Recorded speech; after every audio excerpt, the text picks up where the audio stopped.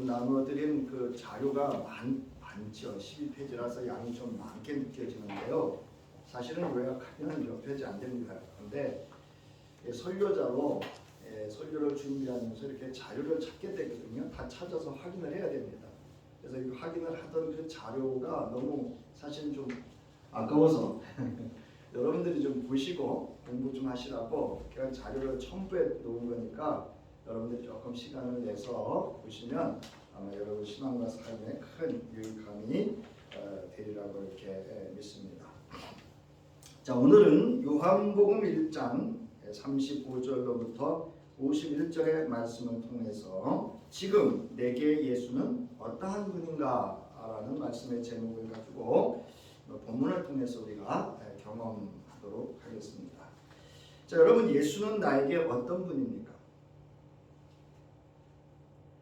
우리는 신앙생활을 하며 일상 가운데 자주 여러분 물어보고 확인해야 할 것이 하나 있습니다. 예수는 내게 어떠한 분인가? 누구라고 묻는 것은 그 존재의 정체성을 묻는 것이라면 어떤이라고 묻는 것은 그 존재의 정체성이 나에게 어떻게 경험되어지고 있는가라고 하는 것의 그 관계성이라 할 수 있습니다. 그래서 여러분 그 일상이라는 단어와 누구라는 단어와 어떤이라는 단어 우리가 많이 쓰고 있는데 그 의미에 대해서 사전적인 의미를 여러분에게 자료로 이렇게 제공했습니다. 여러분 보시면서 참조하시면 되겠습니다. 사랑하는 성도 여러분, 예수는 나에게 지금 어떤 분으로 여러분 경험되어지고 있습니까? 여러분 지금 나 자신에게 여러분 정말 주님 앞에서 정직하게 한번 물어보시고 확인해 보실 필요가 반드시 있습니다. 저도 이 설교자로의 말씀을 준비하면서 계속 확인하는 겁니다. 지금 내게 예수는 어떤 분으로 지금 관계를 갖고 있는가? 여러분 구약 성서가 말하는 메시아, 즉 예수는 어떠한 분인가? 선지자의 증언 이사야서 53장 1절부터 11절의 말씀입니다. 이 말씀은 꼭 우리가 함께 시간이 좀 길어져도 봉독을 하겠습니다. 왜냐하면 이 말씀은 예수 그리스도가 왜 이 땅에 오셨고 그분의 정체성이 무엇이고 예수님 왜 그렇게 사셔야 됐고 왜 십자가에 죽으셨고 그분이 나와 어떤 관계를 가져야 하는지를 예언한 말씀이기 때문에 오늘날 우리 그리스도인들은 반드시 기억하고 있어야 될 구약의 선지자의 증언이기 때문에 그렇습니다. 이 말씀은 우리가 새 번역서를 참조한 것인데요. 우리 함께 천천히 좀 말씀을 우리가 읽도록 하겠습니다. 시작. 우리가 들은 것을 누가 믿었느냐? 주님의 능력이 누구에게 나타났느냐? 그는 주님 앞에서 마치 연한 순과 같이 마른 땅에서 나온 싹과 같이 자라서 그에게는 고운 모양도 없고 훌륭한 풍채도 없으니 우리가 보기에 흠모할 만한 아름다운 모습이 없다. 그는 사람들에게 멸시를 받고 버림을 받고 고통을 많이 겪었다. 그는 언제나 병을 앓고 있었다. 사람들이 그에게서 얼굴을 돌렸고 그가 멸시를 받으니 우리도 덩달아 그를 귀하게 여기지 않았다. 그는 실로 우리가 받아야 할 고통을 대신 받고 우리가 겪어야 할 슬픔을 대신 겪었다. 그러나 우리는 그가 징벌을 받아서 하나님에게 맞으며 고난을 받는다고 생각하였다. 그러나 그가 찔린 것은 우리의 허물 때문이고 그가 상처를 받은 것은 우리의 약함 때문이다. 그가 징계를 받음으로써 우리가 평화를 누리고 그가 매를 맞음으로써 우리의 병이 나았도다. 우리는 모두 양처럼 길을 잃고 각기 제 길로 흩어졌으나 주님께서 우리 모두의 죄악을 그에게 지우셨다. 그는 굴욕을 당하고 고문을 당하였으나 아무 말도 하지 않았다. 마치 도살장으로 끌려가는 어린 양처럼 마치 체포되어 유죄 판결을 받았지만 마치 털 깎는 사람 앞에서 잠잠한 암양처럼 끌려가기만 할 뿐 아무 말도 하지 않았다. 그가 체포되어 유죄 판결을 받았지만 그 세대 사람들 가운데서 어느 누가 그 사람 사는 땅에서 격리되는 것을 보고서 그것이 바로 형벌을 받아야 할 내 백성의 허물 때문이라고 생각하였느냐. 그는 폭력을 휘두르지도 않았고 거짓말도 하지 않았지만 사람들은 그에게 악한 사람과 함께 묻힐 무덤을 주었고 죽어서 부자와 함께 들어가게 하였다. 주님께서 그를 상하게 하고자 하셨다.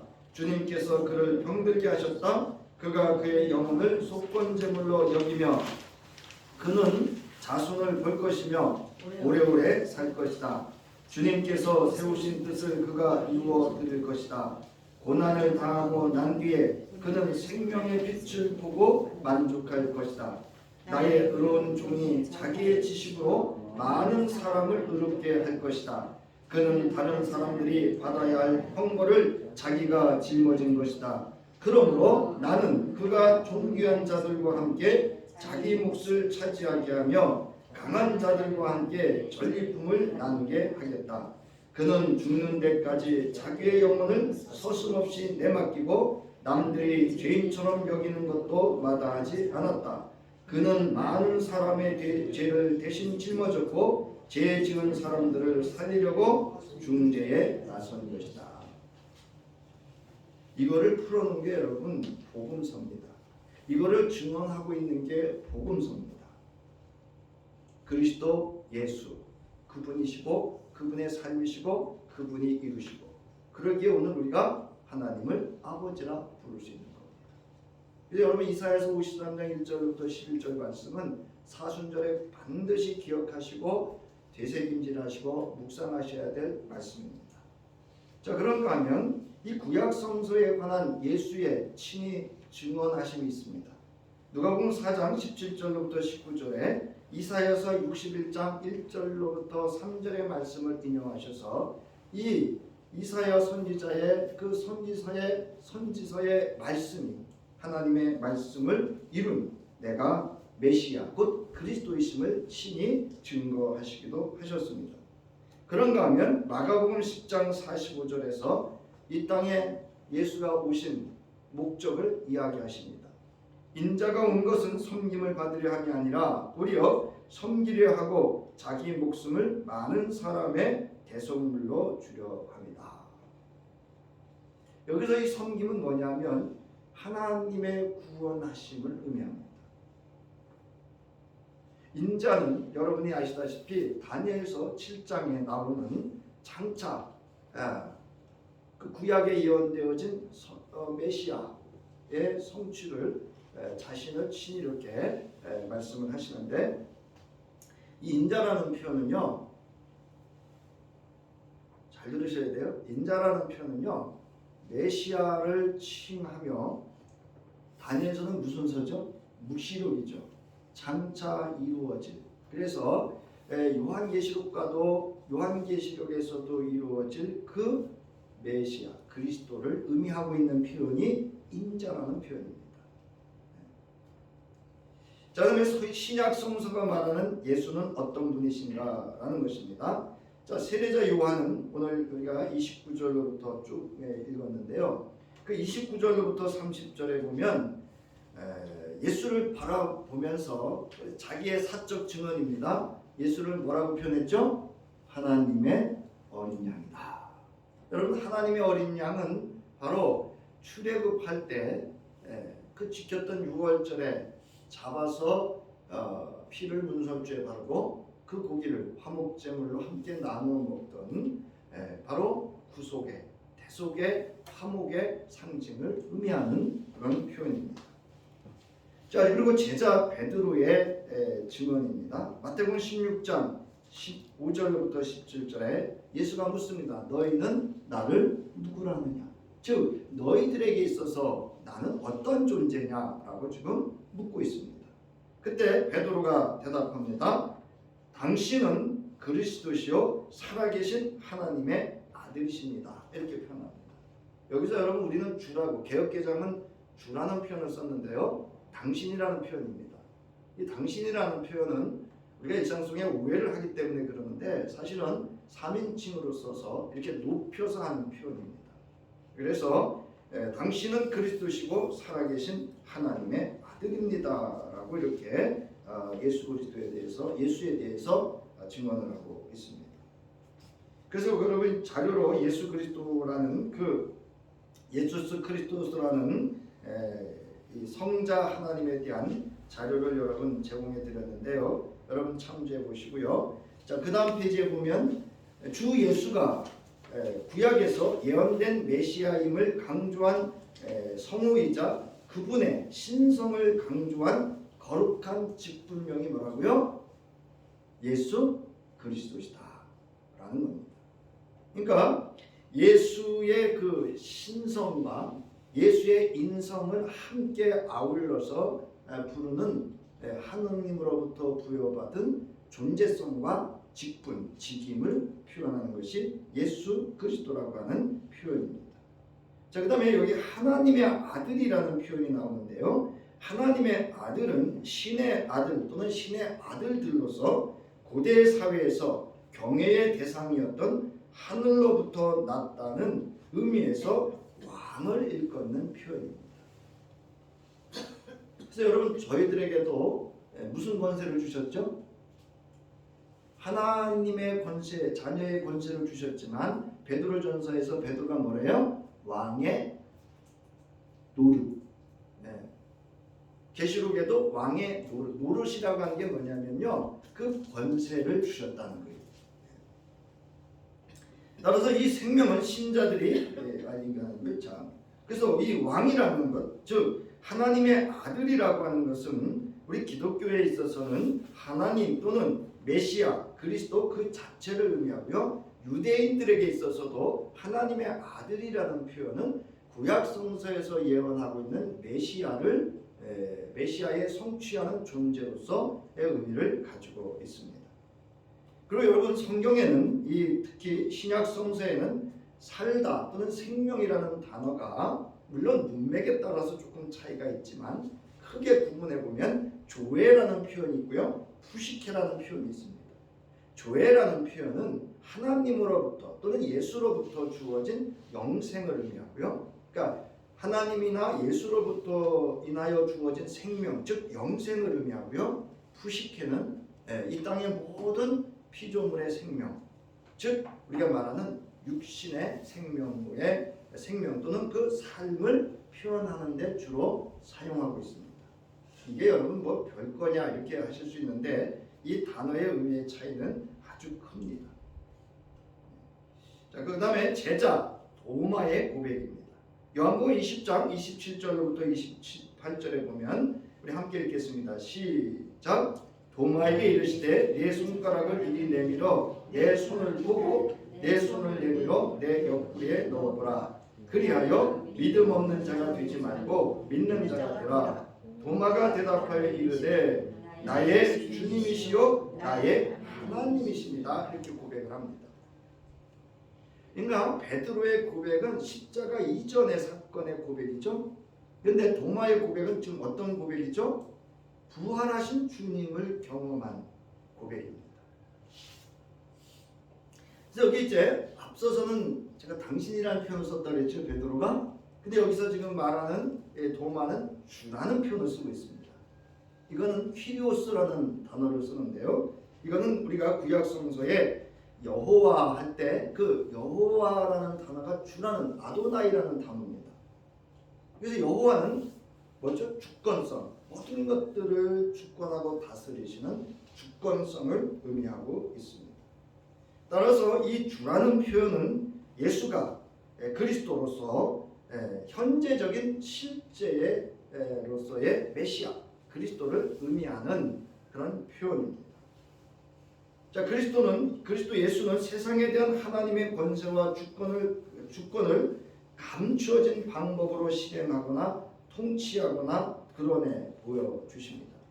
그래서 제자들이 이야기하려고 하면 못하게 하죠. 그래서 여러분 예수님께서 병을 고쳤거나 귀신이 쫓겨났거나 이렇게 한 사람에 대해서 예수가 그리스도라고 가서 말하라 그래요? 말하지 말라 그래요? 말하지 말라 이렇게 얘기합니다.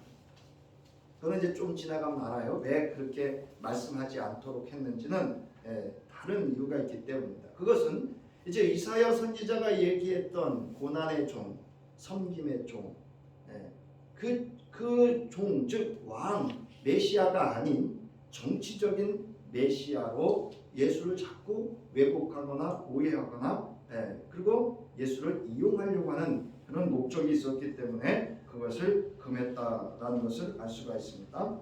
그 다음에 이제 사도 바울입니다. 사도 바울이 말하는 예수는 어떤 분이냐? 그것은 여러분 그 바울이 예수 믿는 자들을 핍박했습니다. 바울에게는 엄청난 충격이에요. 자기는 예수를 직접 핍박한 적이 없습니다. 그를 믿고 따르는 그들을 핍박했을 뿐입니다. 그런데 다메섹 도상으로 그들을 잡기 위해서 가던 도중에 이제 예수를 만납니다. 자, 여러분 이 예수는 어떤 예수죠? 여러분 잘 보셔야 돼요.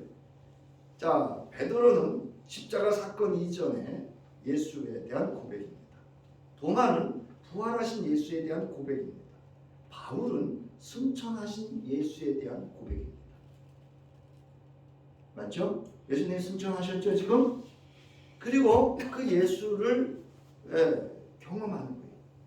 그래서 이 예수는 바울에게 있어서는 어떤 예수인가 하면 바로 십자가에 죽으시고 부활하신 그리스도. 그리고 이제 바울의 메시지를 쭉 살펴보면 장차 이 땅에 다시 오실 그 예수님이 이 땅에서 말씀하셨던 그 말씀을 이루실 다시 오실 그리스도로 증언하고 있다라고 하는 겁니다. 자, 그리고 그다음 있겠죠. 자, 그다음에 이제 오늘 요한복음, 즉 요한에 의한 증언입니다. 요한복음 저자에 의한 그 예수는 어떤 예수로 말하고 있느냐 하는 겁니다. 요한복음 1장 14절에 보면 그 말씀이 사람이 되셔서 우리와 함께 계셨는데 우리는 그분의 영광을 보았다. 그것은 외아들이 아버지에게서 받은 영광이었다. 그분에게는 은총과 진리가 충만하더라. 영광은 무엇을 의미하는가 하면 하나님의 존재 양식입니다. 하나님이십니다. 그래서 예수가 곧 하나님이시다 그 얘기예요. 그 다음에 요한복음 1장 16절부터 18절에 보면 우리 함께 읽겠습니다. 시작. 우리는 모두 그분에게서 넘치는 은총을 받고 또 받았다. 모세에게서는 율법을 받았지만 예수 그리스도에게서는 은총과 진리를 받았다. 일찍이 하나님을 본 사람은 없다. 그런데 아버지의 품 안에 계신 외아들로서 하나님과 똑같으신 그분이 하나님을 알려주셨다. 동일하다는 거예요. 그러니까 저자는 말씀 하나님이시죠? 그 하나님이 이 땅에 인간의 육신을 몸을 입고 와서 우리에게 하나님의 영광을 보여주셨다. 그러니까 하나님을 보여주셨다. 그러니까 예수는 곧 뭐라고요? 하나님이시다. 그 얘기입니다. 그러니까 여러분 제가 가끔 말씀드리는데 그리스도라는 표현은 예수가 하나님이시고 하나님의 나라다. 이렇게 말씀을 드렸던 적이 있습니다. 자, 오늘 본문을 살펴보면 그럼 오늘 본문에서 말하는 제자들이 말하는 예수는 어떤 분이었는가 입니다. 이제 본문을 살피면서 제자들은 예수 그리스도는 어떤 분인가로 말하였는지를 알아보고자 합니다. 이제 35절부터 42절에 보면 요한의 두 제자 바로 안드레와 베드로가 예수에 대한 그 예수를 보고 경험한 예수가 어떤 분인가를 이야기하고 있습니다. 자, 세례자 요한과 함께 있던 두 제자, 그러니까 이 안드레와 베드로는요 세례 요한의 제자였습니다. 두 제자는 예수께서 거니심을 보고, 그러니까 세례자 요한과 함께 있던 그 두 제자에게 세례자 요한이 이렇게 말합니다. 하나님의 어린 양이라는 스승의 말을 듣습니다. 자, 이 말을 들은 그의 두 제자는 예수를 따릅니다. 여러분 기억해야 될 것은요, 이 창세기를 제가 말씀드릴 때도 이미 그 당시에 성서를 읽는 독자들은 그 기본적인 하나님을 섬기는 종교적인 배경이나 그들의 모든 문화가 반영되어 있다 말씀드렸습니다. 이 요한복음의 독자들도 예수 그리스도와 그의 제자들에 대해서 이미 사전 정보를 가지고 있습니다. 그걸 여러분 전제로 하고 이 복음서를 함께 보셔야 됩니다. 자, 그래서 예수를 따르자 예수께서 이들에게 묻습니다. 무엇을 찾고 있느냐? 이렇게 묻습니다. 그러자 이 무엇을 찾고 있느냐? 여기는 우리 개역개정엔 구한다 이렇게 하는데요. 찾고 있느냐가 원어에 가까운 해석 아니 원어에 그에 맞습니다. 자, 저자는 독자들에게도 진지하게 듣도록 하려는 여러분 의도가 있다라는 것도 여러분 함께 참조하셔야 됩니다. 그러자 랍비여 어디 계시오니까 이렇게 대답을 합니다. 묻습니다. 예수에게 랍비라는 칭호를 사용하며 예수의 물음에 답합니다. 이는 가르침을 받고자 하는 제자들이 자기들의 스승에게 말을 걸 때 흔히 사용하던 존칭이며 전문 용어입니다. 여러분 가끔 예수를 무식하다고 생각하시는데요. 그렇지 않습니다. 예수는 그 당시에 랍비라는 칭호를 받을 정도의 전문적인 그런 능력을 이미 우리가 알듯이 사실은 초자연적인 능력을 갖추고 있었기 때문에 예수를 만나는 그 순간 무엇을 찾느냐라고 묻는 그 순간 그 권위 앞에 어떻게 된 거예요? 이 칭호가 사실은 자기도 모르게 던져지는 겁니다.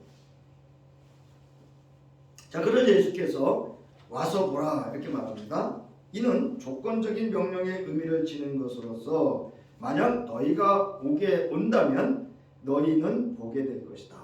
이렇게 예수가 답을 하십니다. 자, 그러자 그중 한 명인 안드레는 형제 시몬을 찾아가 메시아를 만났다고 합니다. 여기서 안드레는 시몬 베드로의 형제라고 소개하고 있는 것도 여러분 주목하셔야 돼요. 이제 아시겠지만 이후로는 12제자 중에 누가 계속 앞서서 행동을 하죠? 베드로가 앞서서 행동합니다. 그런가 하면 이미 독자들에게 있어서도 시몬 베드로가 누구인지를 독자들이 알고 있었다라고 하는 것을 반영해주고 있는 표현이기도 합니다. 자, 이제 여기 랍비라는 표현 여러분 그 중에 이 랍비라는 칭호가요. 그 다음 페이지에 보면 세 가지로 그 당시에 사용되어졌습니다. 그래서 이건 조금 보실 필요가 있는데요. 우리 5페이지 위에서 셋째 줄에 보면 그 당시 신약시대 유대 사회에서 이 호칭이 첫 번째는 라브라는 표현을 썼습니다. 라브. 이건 히브리어를 그대로 쓴 표현이라고 봐도 되는데요. 원래 라브라는 단어는 크다 이런 뜻이에요. 그래서 교사, 선생, 가르침을 줄 수 있는 나보다 큰 존재를 의미합니다. 그 다음에 랍비예요. 랍비. 나의 선생님, 나의 큰 자라는 뜻으로 라브보다는 여기는 애정과 존경이 더 담긴 표현입니다. 그러니까 라브는 나보다 어떤 지식과 가르침을 줄 수 있는 큰 분이고 이제 랍비는 그것을 내가 경험함으로 표현되어지는 그런 애정과 존경이 담겨진 표현이라는 겁니다. 그런데 라옴니라는 여러분 신약성서 읽다가 보셨을 거예요. 라옴니라는 표현이 있습니다. 이거는 큰 선생이라는 뜻으로서 랍비보다는 훨씬 높은 극존칭을 의미합니다. 이 호칭은 유대의 최고 학자인 힐렐이나 사내들인 공회의 의장 등에게 사용되었는데요.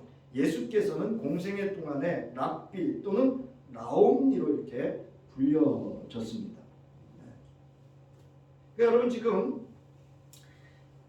이 두 제자에게 예수는 어떤 분이에요? 랍비입니다. 이제 아셨죠? 그런데 안드레가 이 랍비 예수를 자기의 스승, 자기를 가르쳐줄 랍비로 그런 어떤 분으로 만났는데 이제 그분이 안드레가 누구인 줄 알았어요? 메시아라고 하는 것을 알았습니다. 그래서 여러분 그 메시아 그 쭉 자료가 있는데요.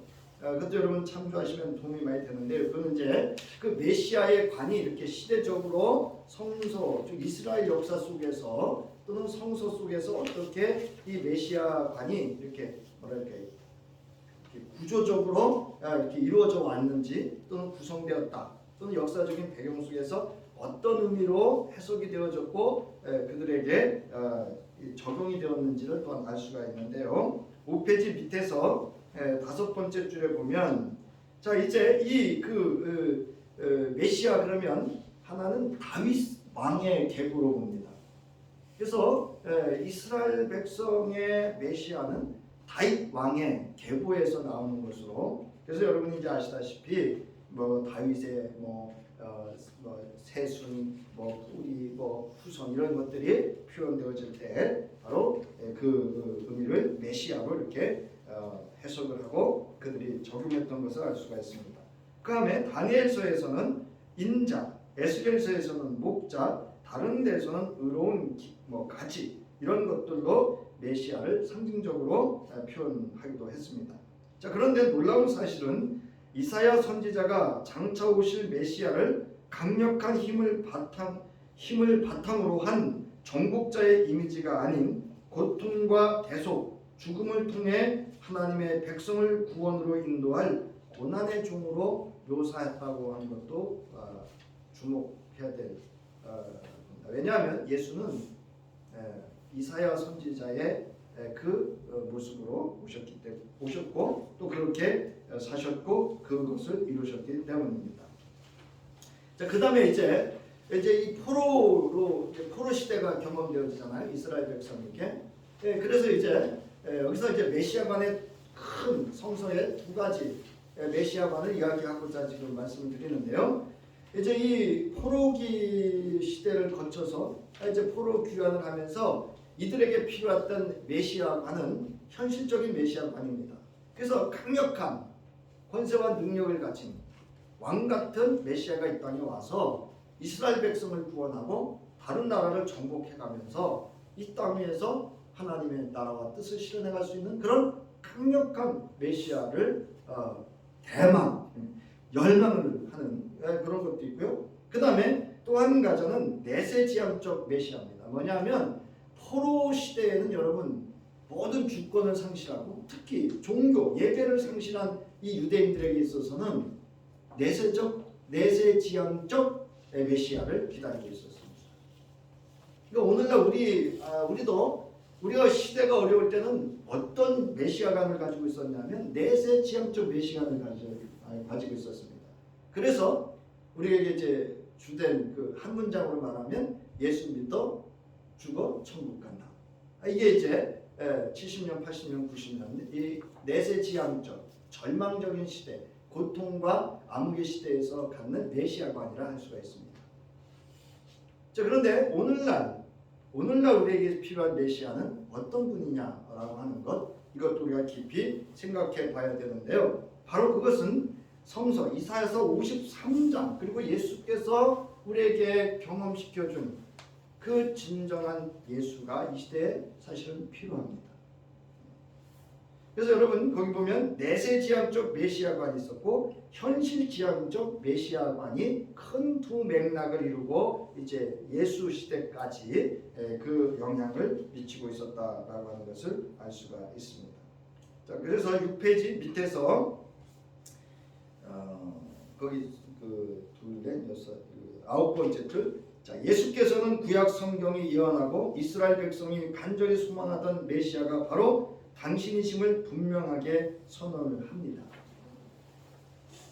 또한 그래서 요한복음 4장 25절부터 26절에 여자가 이르되 메시아 곧 그리스도라 하는 이가 오실 줄을 내가 아오니 그가 오시면 모든 것을 우리에게 알려주십니다. 예수께서 이르시되 내가 네게 말하는 내가 그라, 이렇게 얘기를 합니다. 자기가 자신이 그리스도라고 하는 걸 증거하시는데요.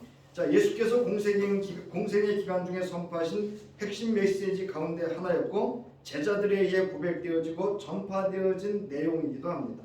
예수께서는 해방자로서의 정치적 메시아 도래를 바랐던 군중들의 바람에는 결코 동조하지 않으셨습니다. 오히려 예수께서는 인류를 구원하실 선지자 이사야가 예언한 바대로 자신을 비워 종의 형체로 오신 분이요 십자가에서 대속제물로 자신을 내어주심으로써 인류의 죄를 대신 짊어지신 분이심을 강조하셨고 그렇게 행하셨고 그것을 이루셨습니다. 이게 여러분 예수가 말하는 현실, 현세 그리고 아울러 내세 지향적인 메시아관입니다. 자, 그래서 안드레가 이제 형제 베드로에게 소개한 자신에게 있어 예수는 어떠한 분이었는가 그의 행적을 살펴보면 알 수가 있습니다. 그래서 안드레는 이제 예수가 그 구약 성서에서 말하는 선지자의 예언 성취로 오신 메시아였고 또 그 십자가와 부활을 통해서 또 그 여기 이제 그 자료에 보면 안드레는 오순절에 다락방에 모여 함께 기도한 사람들 중에 한 사람이었고 전승에 의하면 안드레는 수구디아 지방에서 복음을 증거했으며 아가야에서 순교했고 이렇게 X자 십자가에 달려 죽었다 이렇게 증언을 하고 있습니다. 그래서 안드레에게 있어서 예수는 어떤 분이셨어요? 메시아였습니다.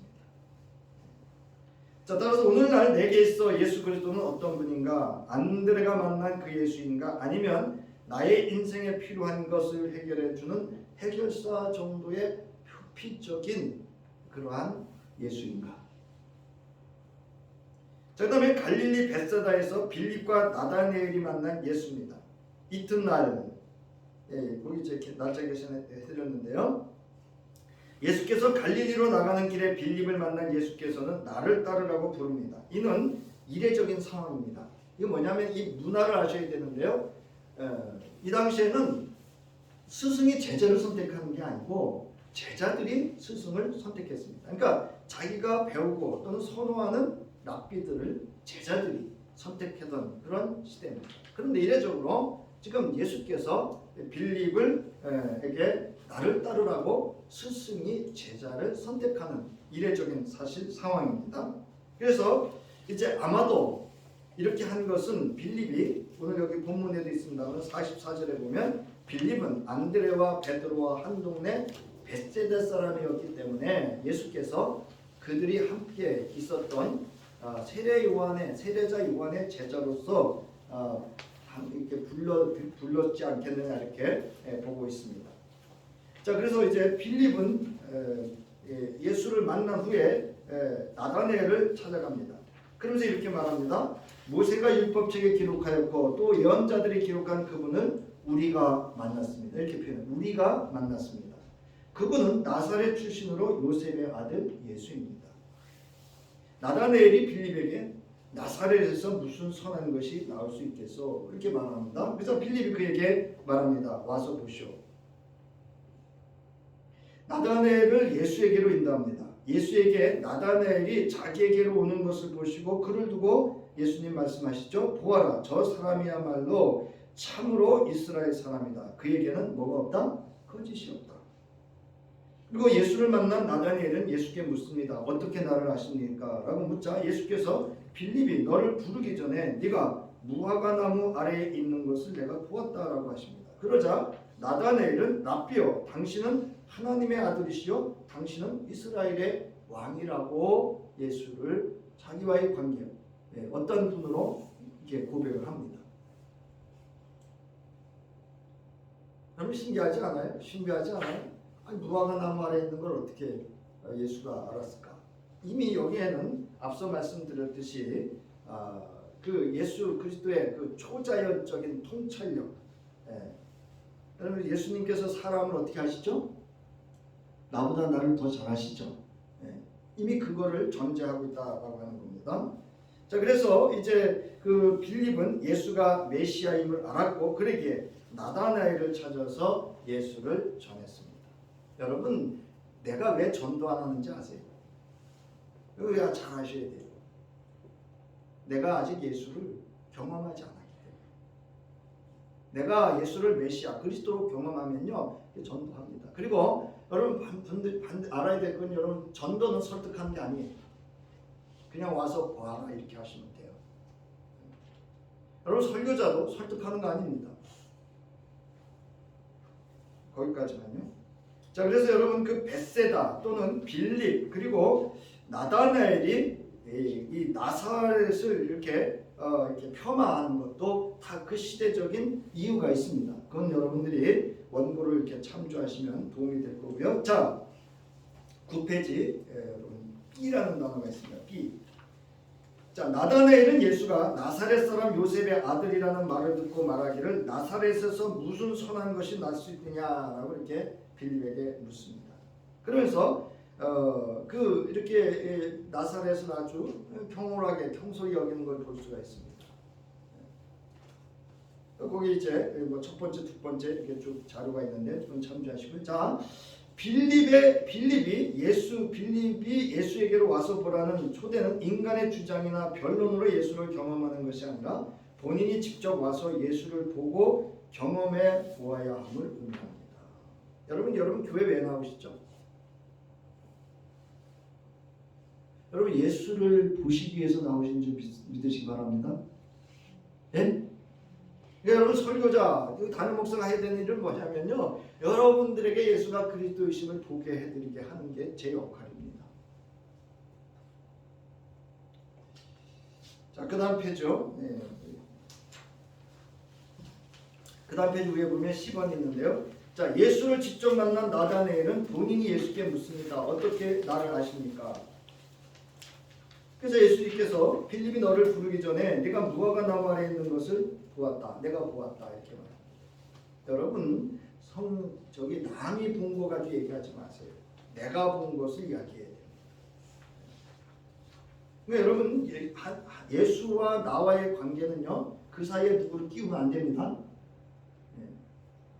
자, 요한복음 저자는 복음서 전체를 통해 예수가 초자연적인 지식을 지니고 있다고 알려주고 있습니다. 이 예수의 대답은 선지자보다 뛰어난 존재로서의 답입니다. 예수께서는 제한되지 않는 신적인 통찰력을 지니고 있으며 그의 말은 다른 사람들을 감동시키는 것이 아니라 자신이 메시아라는 사실을 확인시켜주기 위한 초자연적인 지식과 능력을 보여주고 계신 겁니다. 그래서 여러분 마태복음이나 이런 데 보면 뭐라 예수님이 말씀을 전하면 뭐라 그랬어요? 서기관과 바리새인들과의 권위가 어떻게 했다 그랬어요? 다르다 이렇게 얘기를 하잖아요. 그러니까 여러분 교회 와서 담임 목사 설교 평가 이거 아니에요. 여러분 누구 말씀 듣는 거예요? 예수 그리스도의 말씀 들으시고 그 말씀의 권위에 여러분들이 능력과 은혜와 모든 하나님의 구속의 은총을 경험할 수 있길 바랍니다. 여러분 나다나엘은 예수의 말씀을 듣자 라비여 당신은 하나님의 아들이며 이스라엘의 왕이라고 증언합니다. 여러분 하나님의 아들과 이스라엘 왕은 같은 단어예요. 사실은 같은 의미인데 이걸 점층법이라고 그래요. 강조해 나가는 겁니다. 그래서 아주 확실하게 이야기를 하고 하나는 이제 제가 하고자 하는 이야기가 여기 있는데요. 이 나다나엘이 자기 해석을 얻는 겁니다. 이제 하나님의 아들이라는 건 자기 개인적인 경험이라고 한다면 이스라엘의 왕이라고 하는 건 유대인들이 기대하는 정치적인 메시아를 의미하고 있습니다. 무슨 이야기를 하고자 하는 거냐면 이제 안드레와 베드로 그 다음에 빌립과 나다나엘은 자기 중심적인 자기 해석으로의 그리스도를 경험하고 있다는 겁니다. 오늘 여러분 저와 여러분의 신앙 예수를 그리스도로 말하는 그 그리스도가 오늘 이 내 제자가 말하고 있는 그리스도일 수도 있습니다. 즉 나 중심적으로 내가 해석하는 내 이념과 신념을 성취하고 이루고자 하는 그리스도로 해석하고 그리스도로 바라보고 있을 수 있다라고 하는 겁니다. 그래서 이제 2장부터 오늘 본문에도 나온다면 2장부터 이제 그가 그 그리스도가 아니신 것을 이야기하는 사건들이 쭉 요한복음에 기록이 되어져 있는데요. 이제 4주부터 이렇게 살펴보도록 하겠습니다. 자, 오늘 본문 여러분 50절 보세요. 50절. 여러분 이제 11페이지 밑에 D번 보세요. D번. 본문 1장 50절로부터 52절에 나다나엘의 신앙 고백에 대한 예수의 반응이 묘사되어 있습니다. 나와 있죠? 자, 우리 그 세 번역으로 읽겠습니다. 시작. 예수께서 그에게 말씀하셨다. 내가 무화과 나무 아래에 있을 때에 내가 너를 보았다고 해서 믿느냐? 이것보다 더 큰 일을 내가 볼 것이다. 예수께서 그에게 또 말씀하셨다. 내가 진정으로 너에게 말한다. 너희는 하늘이 열리고 하나님의 천사들이 인자 위에 오르락내리락 하는 것을 보게 될 것이다. 이렇게 말합니다. 여러분, 우리는 예수 만나가지고 뭘 안수해가지고 당신 이랬잖아 저랬잖아 앞으로 이럴 거야. 여러분, 이런 예수 아닙니다. 여러분, 더 큰 일을 보시기 바랍니다. 자, 이제 나가는 말인데, 자, 이 절들에서 예수의 말은 예수께서 자신이 누구인지를 본질적으로 드러내십니다. 또한 예수의 말은 나다나엘의 신앙 고백이 메시아로서 예수가 누구인지를 온전히 파악하고 있지 못한다는 것을 알려주는 역할도 합니다. 자, 이렇게 예수의 말씀은 앞에서 소개된 예수와 제자들 사이의 대화를 마무리하는 역할을 하는데요. 나아가 예수의 이 말은 앞으로 요한복음의 나머지 부분에서 어떤 내용이 이어질지 매우 기대하게 하는 역할도 합니다. 이제 2장부터 무슨 일이 있을 겁니다. 여러분, 기대하시기 바랍니다. 자, 예수를 직접 만난 제자들의 경험, 지극히 자신의 선지식과 선입견으로 해석하고 경험합니다. 그러니까 여러분, 이들이 말한 메시아는 참 메시아가 아닙니다. 사실은 자기 메시아지, 자기가 해석한, 자기가 알고 있는 메시아입니다. 자, 그 다음에 지극히 제한적이고 자기중심적인 경험을 합니다. 세 번째, 이제 그 이상의 예수를 경험하고 여러분 이해해야 합니다.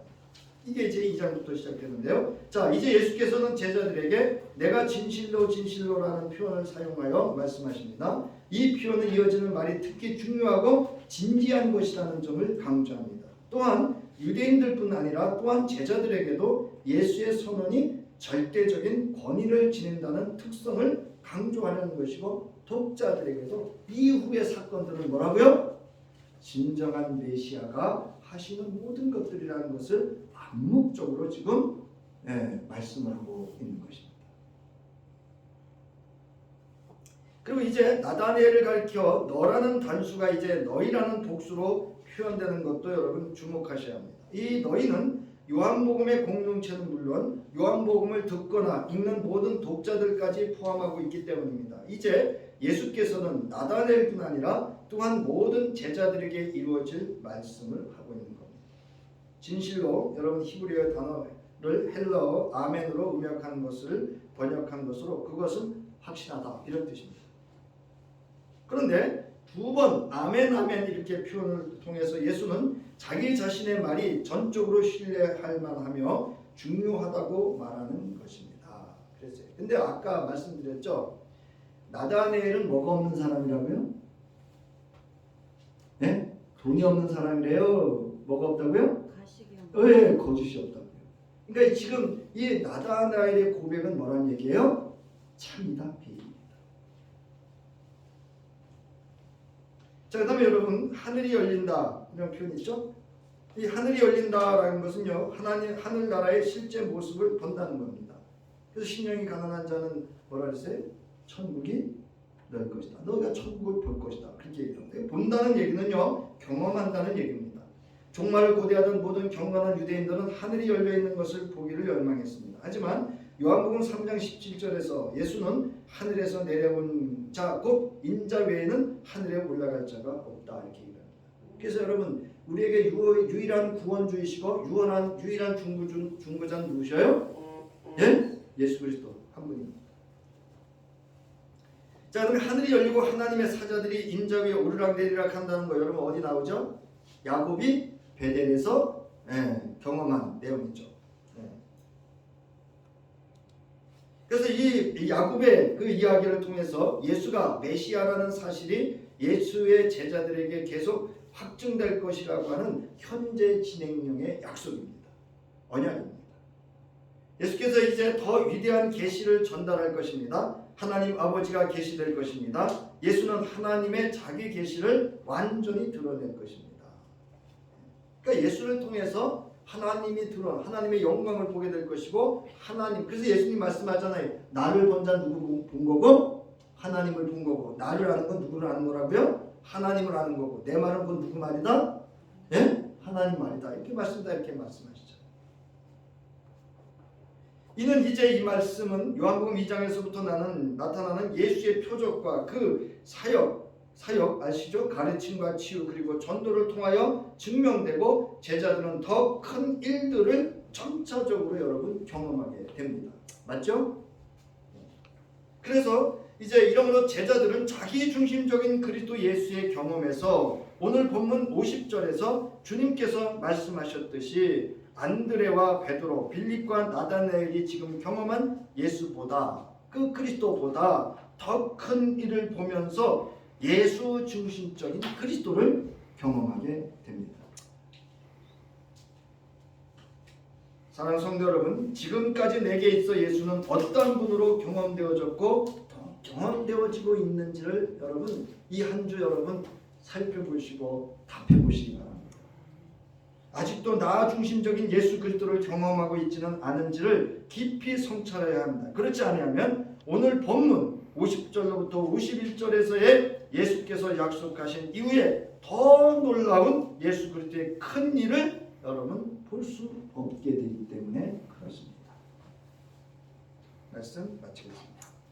이제는 독생자 예수 그리스도를 이 땅에 보내셔 하나님의 영광을 보여주신 하나님의 무한하신 은혜와 기꺼이 하나님의 뜻과 그 계시를 이 땅에 이루어 주시고 또 보여주시고 성취하시기 위하여 기꺼이 십자가에 죽어주시고 날 구속하시기 위하여 대속하여 주신 예수 그리스도의 은혜와 오늘도 이제 더 큰 일을 보게 하실 성령의 역사하심과 감동하심이 이제 한 주 동안 내게 있어 그리스도는 예수는 어떤 분인가를 묵상하며 살아갈 저희들 위해 지혜가 되어주시고 힘이 되어주시고 소망이 되어주시고 깨닫게 하여 주시기를 간절히 축원하옵나이다.